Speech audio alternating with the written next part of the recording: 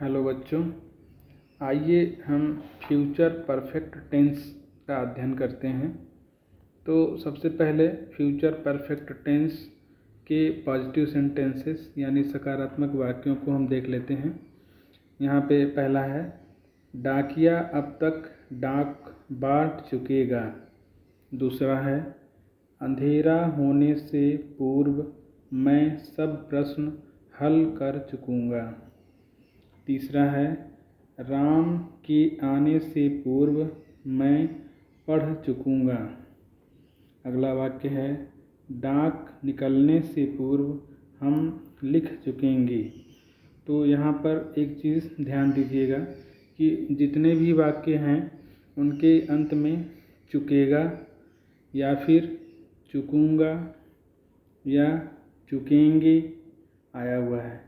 तो इस टेंस के वाक्यों की यह पहचान है कि इनके अंत में चुकेगा, चुकूँगा, चुकेंगे आता है। तो और दूसरा पहचान यह है कि इस टेंस के वाक्यों में भविष्यकाल में कार्य होना पाया जाता है और एक कार्य के बाद तुरंत एक कार्य के पूरा होने के तुरंत बाद दूसरे कार्य का होना पाया जाता है। जैसे कि यहाँ पे हम देख रहे हैं कि राम के आने से पूर्व मैं पढ़ चुकूँगा, यानी कि राम आएगा उसके पहले ही मैं पढ़ चुकूँगा। तो दो कार्य पाए जा रहे हैं और एक कार्य समाप्त होने के तुरंत बाद दूसरा कार्य हो रहा है। तो इस तरह से फ्यूचर परफेक्ट टेंस में दो कार्यों का होना पाया जाता है।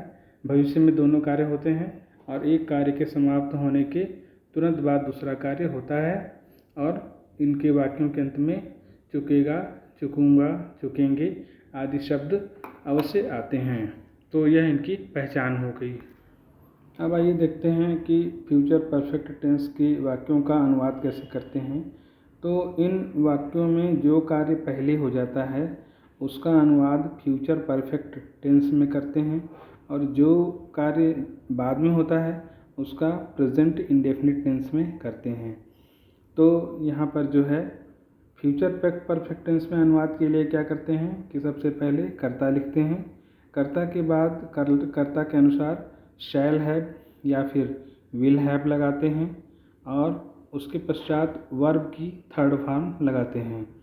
और पास्ट इंडेफिनिट टेंस में जो अनुवाद करना है बाद वाले कार्य का, तो उसमें कर्ता यानी सब्जेक्ट और क्रिया के साथ ई या ईएस लगा देते हैं। तो आइए अनुवाद देख लेते हैं इन सेंटेंस का कैसे किया गया है। डाकिया अब तक डाक बांट चुकेगा। तो इसका अनुवाद हो जाएगा, the postman will have delivered the post by now.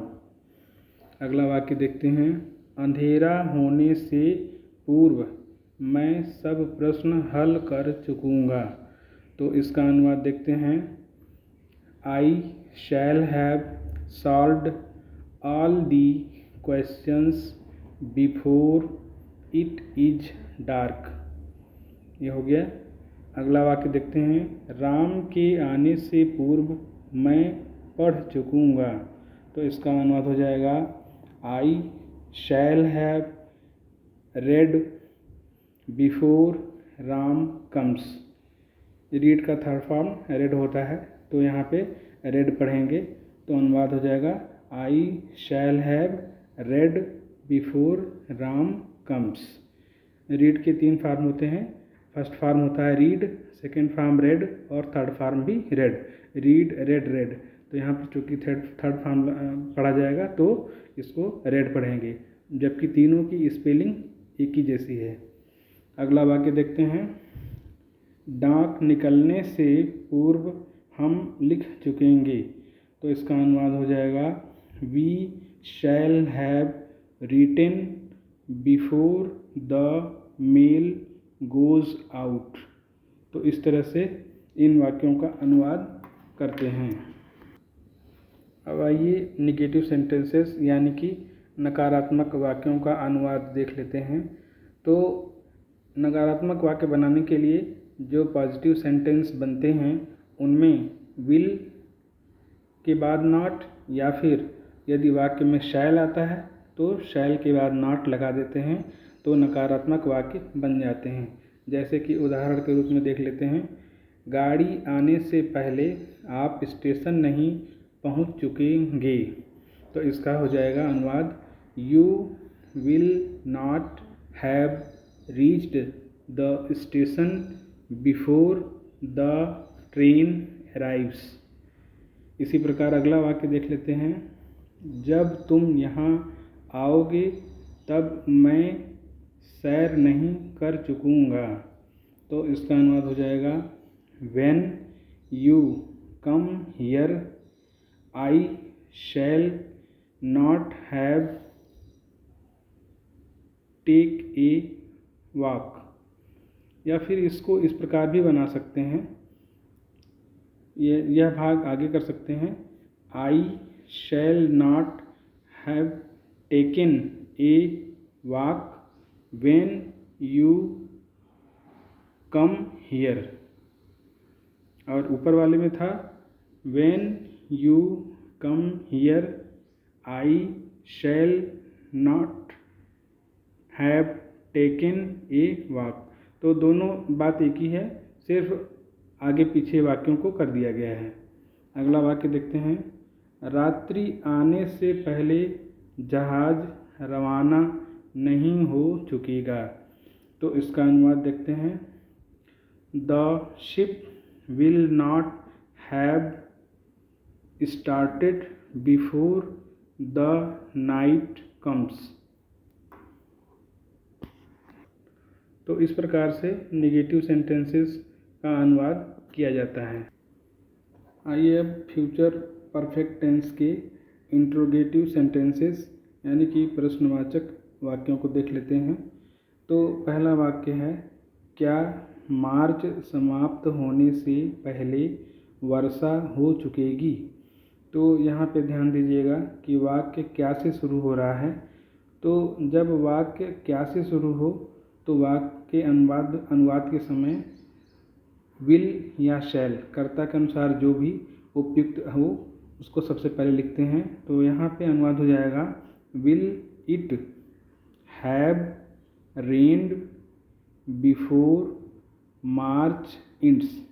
तो यहाँ पे हम देख रहे हैं कि सबसे पहले विल लगाया गया है, उसके बाद इट हैव रेन्ड। तो इस तरह से सबसे पहले विल लगा करके क्या से शुरू होने वाले वाक्यों में अनुवाद करते हैं। और अगला वाक्य देखते हैं, क्या तुम पुस्तक पढ़ चुकोगे जब वह इसे लेने आएगा। तो इसका अनुवाद देखते हैं। यहाँ भी सबसे पहले चूँकि क्या शब्द आया है तो सबसे पहले यहाँ पे विल लगाएंगे। तो अनुवाद हो जाएगा विल, इसके बाद कर्ता लिखेंगे यू। तो will you have read the book when he comes to take it. तो यहाँ हम देख रहे हैं कि सबसे पहले क्या शब्द आया है तो विल लगा करके हम लोगों ने इसका अनुवाद किया है। अगला वाक्य देखते हैं, परीक्षा आरंभ होने से पूर्व वह कितने पाठ दोहरा चुकेगा। तो यहाँ पर देखिए ये थोड़ा सा अलग प्रकार का वाक्य है। इसमें प्रश्नसूचक शब्द कितने बीच में आया है। तो इसके अनुवाद के समय सबसे पहले प्रश्नसूचक शब्द की अंग्रेजी सबसे पहले लिखेंगे। तो कितने की अंग्रेजी हो जाएगी हाउ मेनी। इसके बाद लेसन, हाउ मेनी लेसन, कितने पाठ। इसके बाद फिर विल या शैल जो भी उपयुक्त हो वो लगाएंगे। तो हो जाएगा how many lessons will he have will he have revised before the examination begins। तो इस तरह से परीक्षा आरंभ होने से पूर्व वह कितने पाठ दोहरा चुकेगा, इसका अनुवाद हो जाएगा how many lessons will he have revised before the examination begins. तो इस तरह से प्रश्नवाचक वाक्यों का अनुवाद फ्यूचर परफेक्ट टेंस के अंतर्गत करते हैं।